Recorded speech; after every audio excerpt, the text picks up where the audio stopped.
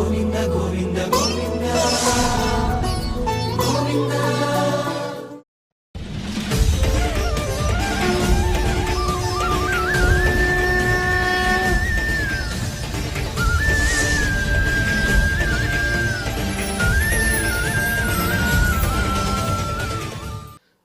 నమో వెంకటేశాయ. ఏడుకొండలవాడ వెంకటరమణ గోవింద గోవింద. శ్రీ శ్రీనివాస శ్రీ వెంకటేశ గోవింద గోవింద. కలియుగ ప్రత్యక్ష దైవం శ్రీనివాస పరబ్రహ్మ అనుగ్రహ విశేషంతో శ్రీమద్భాగవతంలో దశమస్కంధంలోని విశేషాలు యథాశక్తి తెలుసుకుంటూ ఉన్నాం. నారాయణం నమస్కృత్య నరం చైవ నరోత్తమం దేవీం సరస్వతీం వ్యాసం తతో జయముదీరయేత్. సుఖయోగీంద్రుల వారు పరీక్షిన్ మహారాజునకు శ్రీకృష్ణస్వామి దివ్యలీలా విశేషాలను వర్ణించి చెబుతూ ఉన్నారు.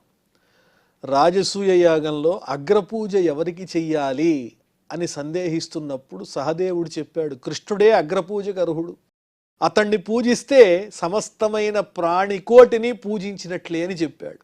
సభలో అందరూ అంగీకరించారు, పెద్దవాళ్ళు కూడా. కానీ నమఘోష సుతుడు శిశుపాలుడు లేచి చెయ్యెత్తి మరి శ్రీకృష్ణుణ్ణి నిందిస్తూ ఉన్నాడు. బ్రహ్మర్షి సేవితాన్ దేశాన్ హిత్వైతే అబ్రహ్మవర్చసం సముద్రం దుర్గమాశ్రిత్య బాధంతే దస్యవః ప్రజా. బ్రహ్మర్షులందరూ నివసించేటువంటి పవిత్రమైన ప్రదేశాలన్నీ విడిచిపెట్టి కృష్ణుడు తన పరివారంతో సముద్ర మధ్యంలో ద్వీపంలాగా ఏర్పాటు చేసుకుని అక్కడ నివసిస్తున్నాడు. బ్రహ్మవర్చస్సు లేనటువంటి వాడు సముద్రం అనేటువంటి దుర్గాన్ని ఏర్పాటు చేసుకున్నాడు. అప్పుడప్పుడు ఆ సముద్రంలో నుంచి బయటకు వచ్చి ఈ కృష్ణుడి అనుచరులందరూ కూడా ప్రజల్ని పీడించి మళ్ళీ సముద్రంలోకి వెడుతూ ఉంటారు. అలాంటి కృష్ణుణ్ణ మీరు అగ్రపూజకు నిశ్చయించింది అంటున్నాడు. ఏవమాదీన్యభద్రాణి బభాషే నష్టమంగళః నోవాచ కించిద్ భగవాన్ యథా సింహ శివారుతం. ఈ విధంగా అమంగళములైనటువంటి ఎన్నో దుష్టమైన మాటలను పలుకుతూ ఉన్నాడు. అతనికి కూడా కాలం దగ్గర పడింది, అతని పాపం పండింది. నష్టమంగళః, అతనికి కావలసినటువంటి మంచి రోజులన్నీ అయిపోయినట్టే. అందువల్ల నోవాచ కించిద్ భగవాన్, కృష్ణుడు శిశుపాలుడు ఈ విధంగా సభలో వదరుతూ ఉంటే ఏమీ మాట్లాడకుండా మౌనంగా ఉన్నాడు. యథా సింహ శివారుతం, సింహము ఏ విధంగానైతే నక్కల యొక్క అరుపుల్ని పరిగణించదో ఆ రకంగా శిశుపాలుణ్ణి ఒక నక్కతో సమానంగా భావించి గంభీరంగా సింహంలాగా అలా కూర్చునున్నాడు శ్రీకృష్ణ స్వామి సభలో అగ్రపూజను అందుకుంటూ. భగవన్నిందనం శ్రుత్వా దుస్సహం తత్సభాసదః కర్ణౌ పిధాయ నిర్జగ్ముః శపంతశ్చేదిపం వృష. ఆ సభలో ఉన్న వాళ్ళంతా భగవత్ స్వరూపుడైన శ్రీకృష్ణుణ్ణి శిశుపాలుడు నిందిస్తూ ఉంటే చెవులు మూసుకున్నారు. వీడు పాపాత్ముడు, వీడు మంచి చెడు ఎరగనటువంటి వాడు అని భరించలేక, భగవన్నిందని వాళ్ళు తట్టుకోలేక రెండు చెవులు మూసుకుని ఆ శిశుపాలుణ్ణి తిడుతూ శాపనార్థాలు పెడుతూ శపిస్తూ చిచి అంటూ ఆ సభలో నుంచి వాళ్ళంతా వెళ్ళిపోతున్నారు. కోపంతో అతన్ని తిడుతూ వాళ్ళు భగవన్నిందను భరించలేక అక్కడి నుంచి వెళ్ళిపోతున్నారు. నిందాం భగవత శృణ్వన్ తత్పరస్య జనస్యవ తతో నాపైతి యస్సోపి యాత్యథ సుకృతాత్యుచ్యుతః. ఎవరైనా భగవంతుణ్ణి నిందిస్తున్న, భగవత్ సంబంధీకులైనటువంటి భాగవతులను నిందిస్తున్న ఆ సందర్భంలో ఆ మాటల్ని శ్రద్ధగా ఎవరైతే వింటారో వాళ్ళ పుణ్యాలన్నీ నశిస్తాయి. కాబట్టి భగవన్నింద చేసే వాళ్ళ దగ్గర కానీ భక్తుల్ని నిందించే వాళ్ళ దగ్గర కానీ ఉండకూడదు, అక్కడి నుంచి బయలుదేరి వెళ్ళిపోవాలి. ఇక్కడ శిశుపాలుడు ఈ రకంగా భగవత్ స్వరూపుడైన కృష్ణుణ్ణి నిందిస్తూ ఉంటే ఇది మహాపాపమని తెలిసినటువంటి సభలో ఉన్న పెద్దలందరూ ఆ సభలో నుంచి చెవులు మూసుకుని వెళ్ళిపోతున్నారు. అవి విన్నవాళ్లకు కూడా, అన్నవాళ్లకే కాదు విన్నవాళ్లకు కూడా పుణ్యం నశించిపోతుంది. తతః పాండు సుతాః క్రుద్ధాః మధ్యకేకయ సృంజయాః ఉదాయుధా సముత్తస్థు శిశుపాల జిఘాంసవ. ఆ తరువాత పాండు కుమారులు, అలాగే మత్స్య కేకయ శృంజయ దేశములకు చెందినటువంటి రాజులు, వీళ్ళందరూ ఆయుధాలను తీసుకుని శిశుపాలుని సంహరించడానికి సిద్ధపడుతున్నారు. ఏమిరా నోటుకొచ్చినట్టు మాట్లాడుతున్నావు, మాకు పరమ పూజ్యుడైనటువంటి కృష్ణస్వామి ఇలా సభలో నిందావచనాలతో కష్టపెడతావా ఆయన్ని అని చెప్పి ఈ మత్స్యవంశీయులు, కేకయులు, శృంజయులు, పాండుసుతులు వీళ్ళంతా యుద్ధానికి సిద్ధమవుతున్నారు శిశుపాలునితో అతన్ని చంపడానికి. తతశ్చైద్యస్త్వసంభరాంతః జగృహే ఖడ్గచర్మణి భర్త్సయన్ కృష్ణపక్షీయాన్ రాజ్ఞ సదసి భారత. అప్పుడు ఈ శిశుపాలుడు కూడా ఏమాత్రం వెనకాడకుండా కత్తి డాలు పట్టుకుని కవచాన్ని ధరించి వాళ్ళతో యుద్ధం చేయడానికి సిద్ధమవుతున్నాడు, తడబాటు లేకుండా. అంటే కృష్ణుని మీద మనస్సులో అంత పగ పెంచుకున్నాడు. మూర్ఖుణ్ణి ఎవరూ మార్చలేరు, మాటలతో అసలు మార్చలేరు. దండిద్దామన్నా వినరు, వాళ్ళు ఏదనుకుంటే అదే సత్యం అనుకుంటారు. అలాంటి మూర్ఖుడే ఈ శిశుపాలుడు కూడా.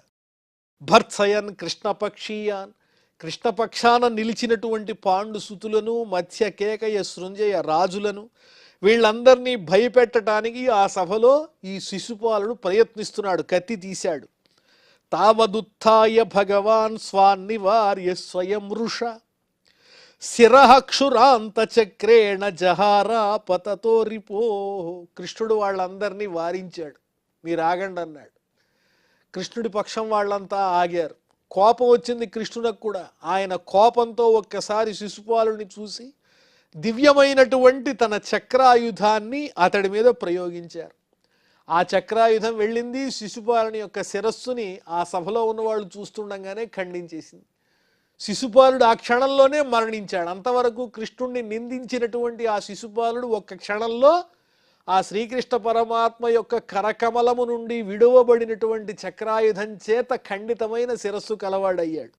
అందరూ ఆశ్చర్యచకితులయ్యారు. శబ్ద కోలాహలోప్యాసీత్ శిశుపాలే హతే మహాన్ తస్యానుయాయినో భూపాహ దుద్రువు జీవితైషిణ. పెద్ద శబ్దం సభలో, హహ అని అందరూ భయపడుతూ అరుస్తున్నారు. ఈ శిశుపాలుడు హతమైపోయాడని చెప్పి ఆ శిశుపాలుడితో పాటు వచ్చిన అతనికి సంబంధించినటువంటి వాళ్ళు ఎవరైతే ఉంటారో బంధువులు, తదితరులైన రాజులు, అతనితో పాటు కృష్ణుణ్ణి వ్యతిరేకించే దుష్టాత్ములైన రాజులందరూ శిశుపాలుడు శ్రీకృష్ణ చక్ర ధాటికి ఎప్పుడైతే నేలపాలయ్యాడో అది చూచి భయపడి అక్కడి నుంచి వాళ్ళు కూడా పరిగెత్తటం ప్రారంభించారు. చైద్య దేహోత్థితం జ్యోతి వాసుదేవముపావిశతు పశ్యతాం సర్వభూతానాం ముల్కేవ భువికాచ్యుత. ఆకాశం నుంచి జారిపడినటువంటి ఒక ఉల్క తేజస్సు ఏ విధంగా భూమి మీద పడిందో అదే విధంగా శ్రీకృష్ణుని యొక్క చక్రాయుధం చేత ఖండితమైన శిరస్సు కలిగినటువంటి శిశుపాలుని యొక్క దేహం నుంచి ఒక దివ్య తేజస్సు వెలువడి అందరూ చూస్తుండగానే శ్రీకృష్ణ పరమాత్మలో లీనమైపోయింది. జన్మత్రయానుగుణిత వైర సంరబ్ధయా ధియ ధ్యాయం తన్మయతాం యాతో భావో హి భవకారణం. ఈ విధంగా శిశుపాలుడు ఎవరు అనే విషయాన్ని సంక్షిప్తంగా చెబుతున్నారు సుఖయోగేంద్రుల వారు. 3 జన్మలు ధరించినటువంటి జయ విజయులు, శ్రీకృష్ణుడితో వైరం పెట్టుకున్నటువంటి వాళ్ళు, సనగ సనందన సనత్కుమార సనత్సుజాతులనేటువంటి ఋషుల చేత శపించబడిన వైకుంఠవాసులైనటువంటి ఆ జయ విజయులే మొదటి జన్మలో హిరణ్యాక్ష హిరణ్యకశిపులు, 2వ జన్మలో రావణ కుంభకర్ణులు, 3వ జన్మలో శిశుపాల దంతవక్త్రులు. ఆ పరమాత్ముడు వైకుంఠవాసుడు శ్రీ మహావిష్ణువు కూడా తదనుగుణంగా వారి కోసం చక్కగా అవతారాలు ధరించి వారిని కడతేర్చి ఇప్పుడు 3వ జన్మలో కూడా ఇదిగో శిశుపాలుడు సంహరింపబడ్డాడు, ఇప్పుడు అతడే ఆ శ్రీ మహావిష్ణువు యొక్క పార్షదునిగా వైకుంఠాన్ని చేరుకుంటాడు. తాను జన్మించిన ప్రతిసారి వైరంతోనే ఆ శ్రీ మహావిష్ణువుని దర్శించాడు. హిరణ్యాక్ష హిరణ్యకశిపులుగా జయ విజయులు జన్మించినప్పటి నుంచి ఆ విష్ణువుతో వైరం పెట్టుకున్నారు. ఆ వైరమే వారికి భక్తి అయింది, వైరభక్తి. ఆ భక్తితోనే పరమాత్మ చేత సంహరింపబడి ఆ పరమాత్మనే చేరుకున్నారు. అలాగే రావణ కుంభకర్ణులు కూడా ఆ వైరంతోనే, ఇప్పుడు శిశుపాలుడు కూడా అదే వైరంతో జన్మించినది మొదలు కృష్ణుణ్ణే స్మరిస్తూ ధ్యానిస్తూ ఆ వైరభావంతోనే ఆయన అనుగ్రహాన్ని పొంది ఆయన చేతిలోనే మరణించి వైకుంఠాన్ని పొందాడు. అదయ్యా ఓ పరీక్షిన్ మహారాజా, ధ్యాయం తన్మయతాం యాతో భావో హి భవకారణ. ఆయన్నే తలుచుకుంటూ ధ్యానిస్తూ ఆయన్నే చేరుకున్నాడు. జన్మ జన్మలుగా వస్తున్నటువంటి అతని భావన ఏదైతే ఉందో, శత్రు సంబంధమైన భావన, అదే అతని యొక్క పుట్టుకకు కారణమైనది. మరణించే సందర్భంలో ఏదైతే భావం ఉంటుందో మరుజన్మకు అదే ప్రధాన కారణమై ఉంటుంది. పూర్వజన్మ సంస్కారాలు విడిచిపెట్టకుండా తరువాత జన్మలో కూడా వర్తించి వస్తాయి. అదేవిధంగా 3 జన్మలుగా ఆ విష్ణువు మీద శత్రుత్వాన్ని పెంచుకుని ఆ శత్రుత్వంతోనే ఈనాడు శిశుపాలుడు కూడా మరణించాడు. దీనికి కారణం పూర్వజన్మ సంస్కారమే. ఋత్విగ్భ్య సదసత్సేభ్యో దక్షిణాం విపులామదాత్ సర్వాన్ సంపూజ్య విధివత్ చక్రే అవభృధమేకరాట్. శిశుపాలుడు మరణించిన తరువాత ఆ రాజసూయ యజ్ఞంలో పాల్గొన్నటువంటి ఋత్విక్కులకు, ఆ సభలో ఉన్నటువంటి పెద్దలకు, తగిన విధంగా బ్రాహ్మణోత్తములకు, వేద పండితులకు అందరికీ భూరి దక్షిణలన్నీ ఇచ్చాడు ఆ ధర్మరాజు. అందరినీ శాస్త్ర ప్రకారంగా పూజించి అవబుధ స్నానాన్ని చేశాడు. ఏకఛత్రాధిపత్యంగా భూమిని పరిపాలించే ధర్మరాజు. సాధయిత్వా క్రతుం రాజ్ఞః కృష్ణో యోగేశ్వరేశ్వరః ఉవాస కతిచిన్మాసాన్ సుహృద్భిః అభియాచితః. ఈ విధంగా ఆ ధర్మరాజు తలబెట్టినటువంటి రాజసూయం అనేటువంటి యజ్ఞాన్ని సంపూర్ణంగా సాంగోపాంగంగా సురక్షితంగా పరిపూర్తయ్యేంత వరకు యజ్ఞ రక్షకునిగా నిలిచినటువంటి కృష్ణ పరమాత్మ దుష్ట శిక్షణ చేసి శిష్టుల్ని రక్షించినటువంటి వాడై కొన్నాళ్ళు పాండవుల కోరిక మేరకు యోగేశ్వరుడైనటువంటి శ్రీకృష్ణుడు అక్కడే వారితో పాటే కొన్నాళ్ళు పాండవులతో వారి దగ్గరే నివసించాడు కొన్ని నెలలు. తతోనుజ్ఞాప్య రాజానం అనిచ్ఛంతమపీశ్వరః యయౌ స భార్య సామాత్య స్వపురం దేవకీసుతః. ఆ తరువాత కొన్ని మాసాలు పాండవులతో నివసించిన తర్వాత మరిక చాలా రోజులైంది. ఎన్ని రోజులున్నా తనివి తీరదు పాండవులకు. కృష్ణుడు తమ వద్దే ఉండాలనుకుంటారు వారు. అయినప్పటికీ కృష్ణుని కూడా మానవ రూపాన్ని ధరించినందుకు కొన్ని బాధ్యతలు నెరవేర్చవలసి ఉన్నది. కాబట్టి ఇష్టం లేకపోయినా ఆ పరమాత్ముడు కూడా తమ భార్యలతో పరివారంతో కలిసి ధర్మరాజుని కలిసి మరి నాకు సెలవిప్పించండి అని చెప్పి అక్కడి నుంచి తన పరివారంతో బయలుదేరాడు ద్వారకా నగరానికి. వర్ణితం తదుపాఖ్యానం మయాతే బహువిస్తరం వైకుంఠవాసినోర్జన్మ విప్రశాపాత్ పునః పునః. ఓ పరీక్షిన్ మహారాజా, వింటున్నావా? సుఖయోగేంద్రుల వారు అంటున్నారు, నువ్వు అడిగిన విధంగానే ఎంతో విస్తృతంగా నేను వైకుంఠంలో నివసించినటువంటి జయ విజయులు ఏ విధంగా విప్రశాపం వల్ల సనక సనందన సనత్కుమార సనత్ సుజాతుల యొక్క శాప వశం వల్ల 3 జన్మలు ఆ భగవంతుడైన విష్ణువుతో శత్రుత్వాన్ని పొంది జన్మించారో ఆ వివరాలు మాటి మాటికి అడిగి అడిగి మరీ నువ్వు తెలుసుకున్నావు. నేను కూడా మరలా నీకు విస్తృతంగా చెప్పినట్లేనా? రాజసూయావభృద్ధ్యేన స్నాతో రాజా యుధిష్ఠిరః బ్రహ్మక్షత్ర సభా మధ్యే సుశుభే సురరాడివ. రాజసూయ యాగంలో అంగభూతంగా చేసిన అవభృత స్నానాన్ని ఆచరించినటువంటి ఆ రాజు యుధిష్ఠిరుడు ఆ సభలో బ్రాహ్మణోత్తములు, రాజన్యులు, క్షత్రియ శ్రేష్ఠులు ఉన్నటువంటి ఆ సభలో దేవేంద్రుడిలా ప్రకాశిస్తూ ఉన్నాడు. రాజ్ఞా సభాజితా సర్వే సురమానవ ఖేచరాః కృష్ణం క్రతుంచ శంసంతః స్వధామాని యయుః ముద. ఆ రాజసూయ యాగాన్ని చూడటానికి విచ్చేసినటువంటి రాజులందరూ చక్కగా ధర్మరాజు చేత సేవింపబడ్డారు, సత్కరింపబడ్డారు. రాజులే కాదు, దేవలోకం నుంచి వచ్చిన దేవతలు కానీ, మానవోత్తములు కానీ, ఋషులు కానీ, ఆకాశ మార్గంలో సంచరించేటువంటి అనేక దేవతల విభాగముల వారు కానీ వచ్చి ఆ యాగాన్ని చూచి కృష్ణుణ్ణి స్తుతించి, యాగాన్ని స్తుతించి చక్కగా జరిగిందని ఆనందించి తమ తమ స్థానాలకు వెళ్ళిపోయారు. దుర్యోధనం ఋతే పాపం కలిం కురుకులామయం యో నసేహే శ్రియం స్ఫీతాం దృష్ట్వా పాండు సుతస్యతాం. ధర్మరాజు చేసినటువంటి అద్భుతమైన రాజసూయ యాగాన్ని చూచి ఆనందించని వారంటూ ఎవరూ లేరు, ఒక్కడున్నాడు. అతడు శిశుపాలుడు మరణించాడు, వాడు కాకుండా ఇంకొకడున్నాడు. కృష్ణునికి అగ్రపూజ అంటే ఇష్టపడలేదు శిశుపాలుడు. దుర్యోధనుడు అనేటువంటి వాడు ధర్మరాజు రాజసూయాగం చేస్తేనే తట్టుకోలేకపోయాడు. దుర్యోధనుడు అంటే ఎవరంటే సాక్షాత్తు వాడు కలిస్వరూపుడే. యో నసహే శ్రియం స్ఫీతాం దృష్ట్వా పాండు సుతస్యతాం. ఆ పాండుసుతుడైన ధర్మరాజు తన పరివారంతో చక్కగా నిర్వహించినటువంటి రాజసూయ యాగాన్ని చూసి అందరూ ఆనందిస్తే, అసూయతో కూడినటువంటి వాడై అక్కడున్న సంపదలను చూచి ధృతరాష్ట్రుని ప్రథమ పుత్రుడైనటువంటి దుర్యోధనుడు ఏమాత్రమూ సహించలేకపోయాడు. అతడు తప్ప అందరూ ఆనందించారు. య ఇదం కీర్తయేద్విష్ణో కర్మ చైద్యవధాధికం రాజమోక్షం వితానంచ సర్వపాపై ప్రముచ్యతే. ఎవరైతే ఈ చక్కని సన్నివేశాన్ని పఠిస్తారో, శ్రవణం చేస్తారో, స్మరిస్తారో వాళ్ళు సమస్త పాపముల నుండి ముక్తులవుతారు. ఎందువల్లంటే ఈ సన్నివేశం చాలా ఉత్తమమైనది. దుష్ట శిక్షణం జరిగింది. చైద్యుడు శిశుపాలుడు కృష్ణునిచే వధింపబడ్డాడు. అంతేకాదు మగధాధీశ్వరుడైనటువంటి దుర్భేద్యుడైనటువంటి శత్రువులకు లొంగనటువంటి జరాసంధుడనే దుష్టుడు కూడా సంహరింపబడ్డాడు. అంతేకాదు 1000 మంది 20,008 మంది రాజుల్ని పీడించాడు ఆ జరాసంధుడు. వాళ్ళందరికీ విముక్తి లభించింది. ఈ రకంగా లోకకంటకులైన వారి యొక్క సంహారము, శిష్టులైన వారి రక్షణము, అందమైన చక్కని పవిత్రమైన యజ్ఞము ఈ సన్నివేశంలో వర్ణింపబడ్డాయి. కాబట్టి అగ్రభాగంలో పూజితుడైనటువంటి శ్రీకృష్ణుని యొక్క మాహాత్మ్యం కూడా ఇందులో వర్ణింపబడింది. కాబట్టి ఈ సన్నివేశాన్ని ఎవరైతే స్మరిస్తారో, పఠిస్తారో, శ్రవణం చేస్తారో వాళ్ళందరూ పాపముల నుండి విముక్తులవుతారు.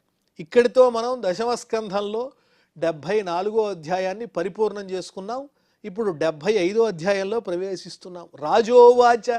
ఇంతగా వివరించి సుఖయోగీంద్రుల వారు చెబుతూ ఉంటే పరీక్షిన్ మహారాజు ఇంకో సందేహం అడుగుతున్నాడు.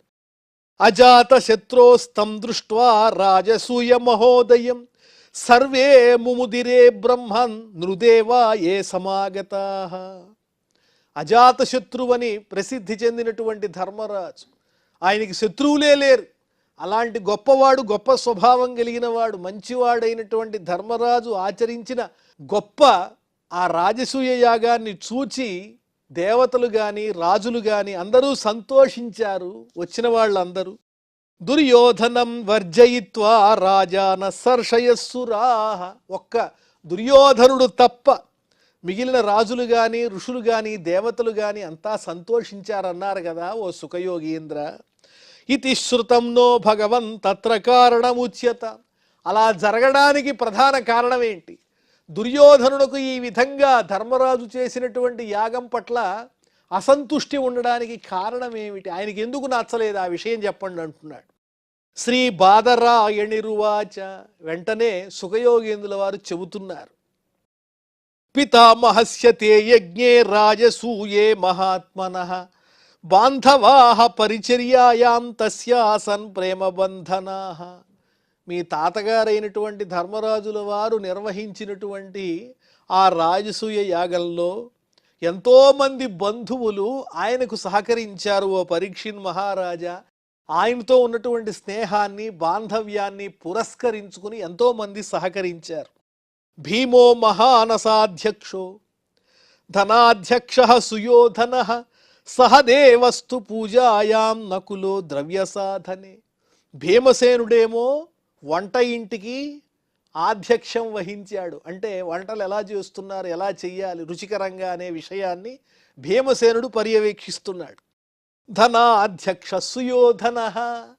ధర్మరాజుకి దిగ్విజయ యాత్ర ద్వారా వచ్చినటువంటి ద్రవ్యం మొత్తాన్ని పరిశీలించి పర్యవేక్షించే బాధ్యత ఎవరికి ఇచ్చారంటే సుయోధనునికే అప్పగించారు. సహదేవస్తు పూజాయాం.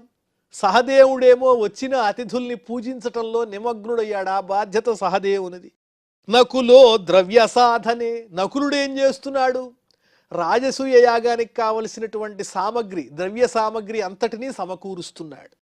గురు శుశ్రూషణే జిష్ణం కృష్ణ పాదావనే జనే. జిష్ణు మరి పార్థుడు, అర్జునుడు ఏం చేస్తున్నాడంటే పెద్దలైన వాళ్ళని గౌరవించటం, వారికి చందనాదులతో చక్కగా సత్కరించడం, ఇలాంటి కార్యక్రమాలన్నీ అర్జునుడు చేస్తుంటే మరి కృష్ణుడు ఏం చేస్తున్నాడు? వచ్చినటువంటి పెద్దలందరికీ పాదాలు కడుగుతున్నాడు చూడండి. తన భక్తుల కోసం ఏదైనా చేయటానికి సిద్ధపడతాడు పరమాత్మ. వచ్చినటువంటి అతిథుల్ని చక్కగా సత్కరిస్తూ మహానుభావులందరి యొక్క పాద ప్రక్షాళన చేయటంలో శ్రీకృష్ణుడిని నియమించారు. పరివేషణే ద్రుపదజ, మరి ద్రౌపది ఏం చేస్తోంది? వచ్చిన అతిథులందరికీ తగిన సమయానికి భోజనాలు అందుతున్నాయా లేదా అని చెప్పి వాళ్ళందరికీ వడ్డన చేస్తోంది. కర్ణోదానే మహామనాహ, కర్ణుడు ఏం చేస్తున్నాడు? దానము చేయవలసిన చోట ఎవరెవరికి ఏ ఏ ద్రవ్యాలు దానం చేయాలో అక్కడ కర్ణుడిని అట్టే పెట్టారు. ఎందువల్ల? దానం చేయటంలో కర్ణుడు ప్రసిద్ధి చెందాడు కదా, అందువల్ల కర్ణుడిని నియోగించారు. యుయుధానో వికర్ణశ్చ హార్దిక్యో విదురాదయ బాహ్లీకపుత్ర భూర్యాద్యాహ ఏ చ సంతర్దనాదయ. వాళ్లే కాకుండా సాత్యకి, వికర్ణుడు, హార్దిక్యుడు, విదురుడు ఇత్యాదిగా కలిగిన పెద్దలందరూ కూడా అనేక రకాలైనటువంటి కార్యములు నిర్వహిస్తూ ధర్మరాజుకు సాయం చేస్తున్నారు. బాహ్లీకుని పుత్రుడైనటువంటి సోమదత్తుడు ఇత్యాదులు, అలాగే భూరిశ్రవసుడు, సంతర్ధనుడు, వారి పరివారము, వీళ్ళంతా ధర్మరాజునకు చక్కగా బాసటగా నిలిచి ఉన్నారు. నిరూపిత మహాయజ్ఞే నానా కర్మసుతే తదా ప్రవర్తంతే స్మరాజేంద్ర రాజ్ఞ ప్రియ చికీర్షవ. ఆ మహాయజ్ఞంలో అనేక రకములైనటువంటి పనులుంటాయి కాబట్టి యజ్ఞకర్మలు, వాటిల్లో వారి వారి స్థాయిని అనుసరించి చక్కగా వాళ్ళ వాళ్ళ కర్తవ్యాలు నిర్వహిస్తూ ప్రవర్తిస్తూ ఆ ధర్మరాజుకి సహాయం చేస్తూ ఆయనకి ప్రియాన్ని చేకూర్చడానికి వాళ్ళ వంతు చక్కగా ప్రవర్తించారు, సహాయాన్ని అందించారు. ఋత్విక్ సదస్య బహువిత్సు సుహృత్తమేషు సృష్టేషు సూనృత సమర్హణ దక్షిణాదిభిః చైద్యే చ సాత్వతపతేః చరణం ప్రవిష్టే చక్రుహు తతస్తు అవభృధ స్నపనం ద్యునద్యాం. ఈ విధంగా ధర్మరాజు కూడా అందరి సహాయ సహకారాలతో, బంధుమిత్రుల యొక్క సహాయ సహకారాలతో ఆ యజ్ఞాన్ని పరిపూర్ణం చేస్తూ ఋత్విక్కులను, సదస్యులను, స్నేహితులను, బంధువులను, అతిథి అభ్యాగతులను, మహానుభావులను, ఇష్టమైన వాళ్ళని చక్కని మాటలతోనూ మర్యాదతోనూ తృప్తిపరచి భూరి దక్షిణలన్నీ ఇచ్చినటువంటి వాడై, అదే సమయంలో కృష్ణుని చేత చేదిరాజు సుతుడైనటువంటి శిశుపాలుడు మరణించంగానే అక్కడి నుంచి బయలుదేరి అవబృధ స్నానం చేయటం కోసం గంగానదికి వెళ్ళాడు ధర్మరాజు. గంగానదిలో ప్రవేశిస్తున్నాడు. మృదంగ శంఖ పణవ దుంధుర్యానక గోముఖా వాదిత్రాణి విచిత్రాణి నేదుహు అవబృధోత్సవే. ఆ ఉత్సవంలో మృదంగాలు, శంఖాలు, పణవములు, దుందుభులు, అదేవిధంగా తప్పెట్లు, గోముఖములు ఇత్యాది పేర్లు కలిగిన అనేక వాద్య విశేషముల యొక్క ఘోష వినిపిస్తూ ఉన్నది. అనేక విచిత్రములైనటువంటి వాద్యాలన్నీ మ్రోగిస్తూ ఉన్నారు ఆ అవబృధోత్సవంలో. నర్తక్యో నృతు హృష్టాః గాయకాయుధశో జగుః వీణా వేణుతలోన్నాదః తేషాం సదివముస్పృశత్. నర్తకీమణులు నాట్యం చేస్తున్నారు. గాయకులు సమూహాలుగా చేరి చక్కగా అందమైనటువంటి గీతములను వినిపిస్తున్నారు. వీణా, వేణు, మృదంగాది ధ్వనులన్నీ వినిపిస్తున్నాయి. తాళధ్వనులన్నీ ఆకాశాన్ని అంటుతూ ఉన్నాయి. ఆ విధంగా ఎంతో మంగళప్రదంగా ఉంది ఆ అవబృధోత్సవం అనేటువంటి సన్నివేశం. చిత్రధ్వజ పతాకాగ్రైః ఇభేంద్ర స్యందనార్వభిః స్వలంకృతైః భటైః భూపాః నిర్యయుః రుక్మమాలినః. అదేవిధంగా అనేక చిత్ర విచిత్రములైనటువంటి పతాకములతో, జెండాలతో, ఇంద్రుడితో సమానమైనటువంటి చక్కని దివ్యమైన స్వరూపములు కలిగినటువంటి వారై దివ్యవాహనములను అధిరోహించి చక్కగా అలంకరించుకుని తమ తమ భటులతో అనేక మంది రాజోత్తములంతా కూడా ధర్మరాజుని అనుసరించి వస్తూ ఉన్నారు ఆ ఉత్సవంలో. యదు సృంజయ కాంభోజ కురు కేకయ కోసలాహ. యదువంశీయులు, సృంజయ వంశీయులు, కాంభోజ, కురు, కేకయ, కోసల దేశ వంశీయులైన రాజన్యులంతా ఎంతో వైభవంగా మంగళధ్వనులతో సపరివారంగా ఆ అవబృధోత్సవంలో ధర్మరాజును అనుసరిస్తూ ఉన్నారు. కంపయంతో భువం సైన్యైః యజమాన పురస్సరాః. వారి పరివారంతో భూమంతా కంపించిపోతుందా అన్నంత పరిస్థితి ఏర్పడింది. అంత మహోత్సవంగా ఉంది అక్కడ. ముందు ధర్మరాజు వెడుతూ ఉన్నాడు, ఆయన అనుసరించి వీళ్ళంతా వెడుతున్నారు. సదస్యర్త్విగ్విజశ్రేష్టా బ్రహ్మఘోషేణ భూయస. ఋత్విక్కులు కానీ వేద పండితులు వీళ్ళంతా చక్కని వేదమంత్ర ఘోషతో ధర్మరాజుని ఆశీర్వదిస్తూ దేవతల్ని స్తోత్రం చేస్తున్నారు. దేవర్షి పితృగంధర్వా తుష్టూ పుష్పవర్షిణ. దేవర్షులు కానీ పితృదేవతలు కానీ గంధర్వులు కానీ వీళ్ళంతా చక్కగా ధర్మరాజు మీద అతని పరివారం మీద ఈ సమయంలో పుష్పవృష్టి కురిపించారు. ఆ రకంగా మహోత్సవంతో స్వలంకృత నరానార్యో గంధస్రగ్భూషణాంబరై విలింపంత్యో అభిషించంత్యో విజహృహు వివిధై రసై. ఎంతోమంది నరులు అలాగే యువతులు వీళ్ళంతా గంధములు పుష్పమాలలు ఇవన్నీ అలంకరించుకుని చక్కని వస్త్రములు ధరించిన వారై ప్రజలంతా కూడా ఆనందిస్తూ విహరిస్తూ అనేక రకములైన పన్నీటి జల్లులు ఒకరి మీద ఒకరు చల్లుకుంటూ ఆనందిస్తూ ఉన్నారు ఈ అవబృధోత్సవ సమయంలో. ఈ రకంగా వైభవంగా జరిగింది ఆ యజ్ఞమని పరీక్షిన్ మహారాజునకు సుఖయోగేంద్రుల వారు చెబుతూ అసలు దుర్యోధనుడు ఎందువల్ల ఈ రాజసూయ యాగాన్ని ఆనందంగా చూడలేకపోయాడన్న కారణాన్ని వివరిస్తూ ఉన్నారు. మరి ఆ తర్వాత ఏం జరిగిందో మనం మళ్ళీ తెలుసుకుందాం. ఇక క్షమా ప్రార్థనాదులతో ఈ కార్యక్రమాన్ని పరిసమాప్తం చేసుకుందాం. అథ క్షమా ప్రార్థన. యదక్షర పదభ్రష్టం మాత్రాహీనంచ యద్భవేత్ తత్సర్వం క్షమ్యతాం దేవ నారాయణ నమోస్తుతే. శ్రియఃకాంతాయ కళ్యాణ నిధయే నిధయేర్థినాం శ్రీవేంకట నివాసాయ శ్రీనివాసాయ మంగళం.